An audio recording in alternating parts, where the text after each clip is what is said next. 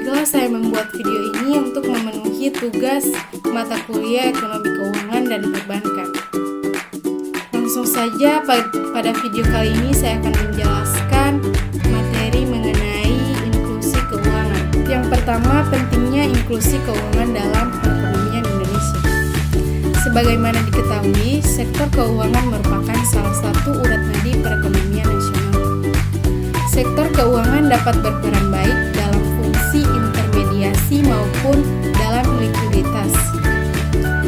Sejarah dalam perekonomian nasional mencatat bahwa periode tahun 1997 sampai 1998 adalah sebuah periode di mana perekonomian nasional mengalami krisis ekonomi. Terjadinya krisis tersebut adalah karena adanya gejolak atau shock pada sektor keuangan. Saat itu, sistem-sistem keuangan yang ada tidak mampu mendorong kelembagaan keuangan untuk dapat bertahan atau resilient. Ketika menghadapi dinamika perekonomian yang terjadi, sebagai akibatnya terjadi kemunduran peran dan perkembangan sektor keuangan dalam perekonomian nasional. Yang kedua, tinjauan teoritis tentang inklusi keuangan. Inklusi keuangan atau financial inclusion merupakan salah satu perkembangan terkini dalam era pembangunan global. Bahkan dalam konteks ini, negara-negara yang tergabung dalam G20 telah membentuk kelompok ahli mengenai inklusi keuangan.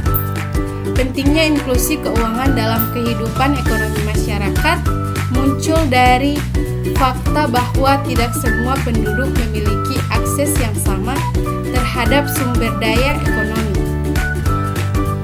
Padahal pada saat yang sama, setiap penduduk harus memenuhi kebutuhan hidupnya.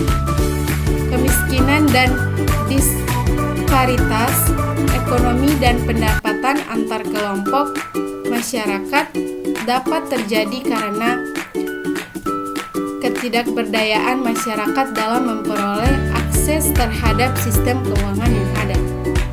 Oleh karenanya, hal yang terjadi adalah sistem keuangan hidup dalam lingkungannya sendiri tanpa memberikan spillover efek yang nyata terhadap keberadaan sektor lain di luar sektor keuangan. Ketiga, perkembangan inklusi keuangan di Indonesia.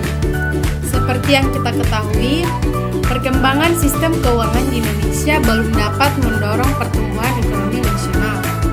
Berbagai kendala yang ada seperti kondisi geografis, tingkat pendidikan masyarakat, tingkat pendapatan, struktur perekonomian, dan teknologi memberikan andil terhadap belum berkembangnya sistem keuangan dalam kegiatan ekonomi masyarakat.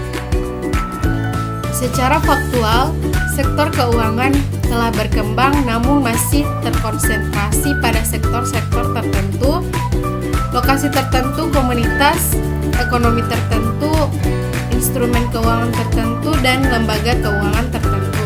Salah satu indikator yang dapat digunakan untuk mengetahui perkembangan dalam sistem keuangan di suatu negara adalah perkembangan dalam inklusi keuangan.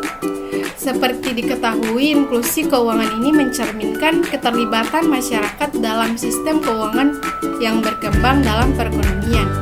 Keterlibatan tersebut dapat dilihat dari interaksi masyarakat dengan lembaga keuangan dalam pemenuhan berbagai kebutuhan masyarakat, mulai dari kebutuhan perumahan, pendidikan, kesehatan, dan transaksi kegiatan ekonomi.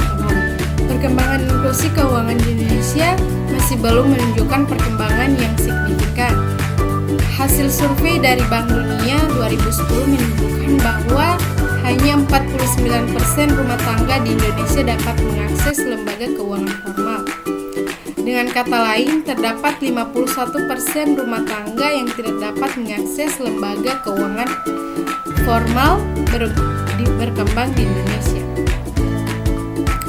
Hal ini juga diperkuat dengan survei yang dilakukan oleh Bank Indonesia 2011 yang menunjukkan bahwa hanya 48% rumah tangga di Indonesia yang menyimpan uangnya di lembaga keuangan formal atau formal financial institution dan lembaga keuangan atau non-financial institution. Yang keempat, ada beberapa informasi mengenai berbagai dimensi. Yang pertama ada dimensi akses. Dimensi akses adalah dimensi yang digunakan untuk mengukur kemampuan penggunaan jasa keuangan formal sehingga dapat dilihat terjadinya potensi hambatan untuk membuka dan menggunakan rekening bank, seperti biaya atau keterjangkauan fisik layanan jasa keuangan atau kantor bank, ATM, dan lain-lain. Yang kedua, dimensi penggunaan.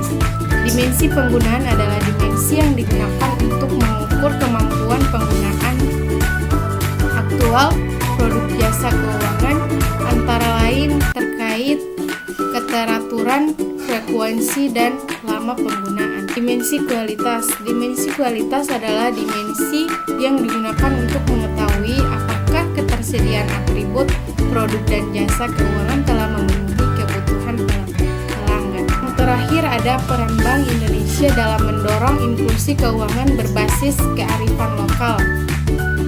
Era baru Bank Indonesia terlaksana sejak 1 Januari 2014, yakni melalui pelimpahan sebagian tugas dan kewenangan BI kepada lembaga baru yang disebut dengan Otoritas Jasa Keuangan atau OJK. Pelitanahan sebagian tugas dan kewenangan ini merupakan amanat undang-undang agar Bank Indonesia dapat fokus menjaga stabilitas ekonomi melalui inflasi yang rendah dan nilai tukar yang stabil. Perubahan visi dan misi baru Bank Indonesia ikuti dengan nilai-nilai strategis Bank Indonesia dalam memasuki era perekonomian global di Indonesia yang sudah dimulai sejak tahun 1990-an. Kesimpulannya yaitu perkembangan inklusi keuangan Indonesia masih relatif lebih rendah dibandingkan dengan perkembangan inklusi keuangan di negara-negara ASEAN lainnya.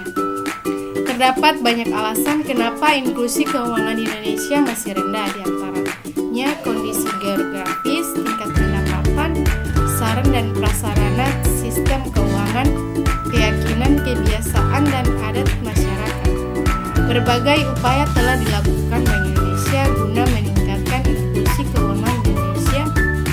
Berkaitan dengan hal ini, era baru kelembagaan Bank Indonesia terjadi sejak 1 Januari 2014, di mana terjadi pelimpahan sebagian tugas dan kewenangan Bank Indonesia kepada lembaga otoritas jasa keuangan.